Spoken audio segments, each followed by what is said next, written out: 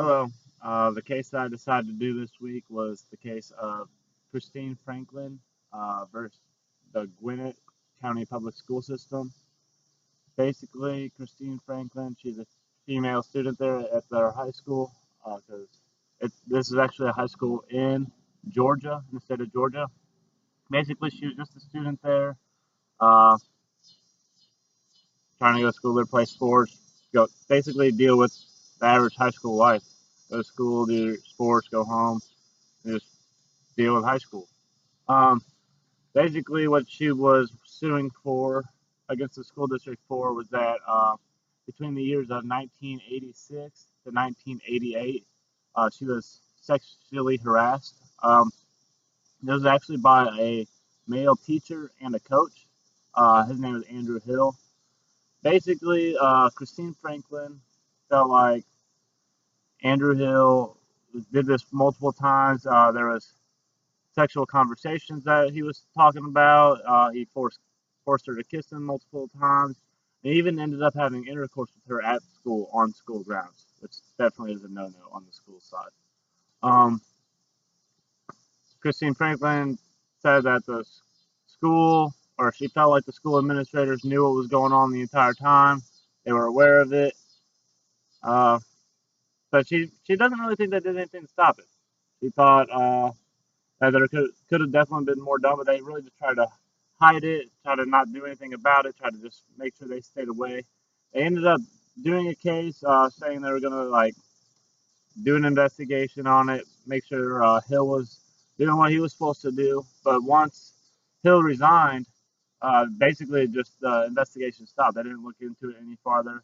So obviously Hill didn't get in any trouble for it, even though he was doing it the whole time, and the school knew that he was going on and doing this with Christine Franklin the entire time. So once Hill left the school, he resigned in actually 1998. Once he resigned, he was free. I mean, he didn't really have anything to do with it anymore. And Christine Franklin's like, I thought that was not how it should have been, not how the school should have handled it. She thought that they could have pursued it more. And that's why she actually went to go sue the school to begin with, is because she felt the school could have handled it more. Obviously, she was mad against the coach, Andrew Hill, but she was mad about the way the school handled it as well.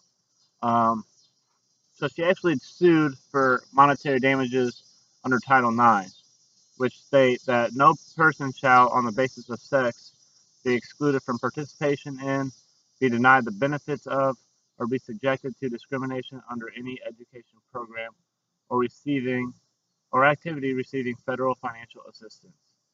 And basically, all public school systems receive financial assistance from the federal government. We are government based, so they receive special financial things. And it might not go to specifically to athletics or anything like that. So it might not have been going to his Andrew Hill's salary or anything like that. But she just felt like under Title IX, under what I just stated, that it was against the law that this happened to her, that she kept getting sexually harassed, the school knew about it, and there was nothing done about it on the school side.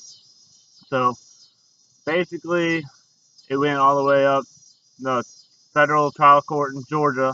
So the court in Georgia, they rejected Franklin's claim to begin with. So then it went all the way up to the Supreme Court. Supreme Court actually went on her behalf the entire time. They sided with Franklin. They also felt like it was unfair to her, but the school didn't do anything about it. Um, they also went back to a settlement later on, and it's still undisclosed about what's going on. Nobody has really an answer for us. It hasn't reached internet or anything like that. So there has been a settlement, but nobody knows the ins and outs or the details about it. Basically, if I was AD or if I'm in their school system, you can't just let something like that slide. Especially if you're the AD, you can't be letting your coach do something like that and know about it and not do anything. That kind of reminds me of Joe Paterno in a way for Penn State football. Like, he knew Jerry Sandusky was doing stuff that he shouldn't have been doing, but yet it still happened without him putting a complete stop to it. And obviously, that's just not right.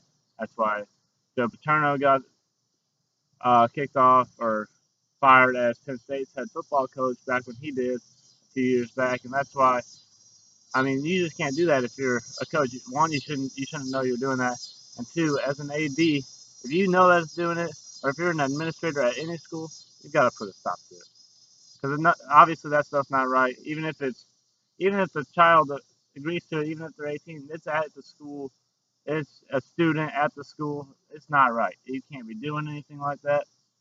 So if you're an administrator, AD, anybody that's in charge of anybody at the school, make sure you put a stop to it. So if I was the AD there, I'd put a stop to it, make sure every one of my coaches knew that that was unacceptable behavior and made sure it never happened again.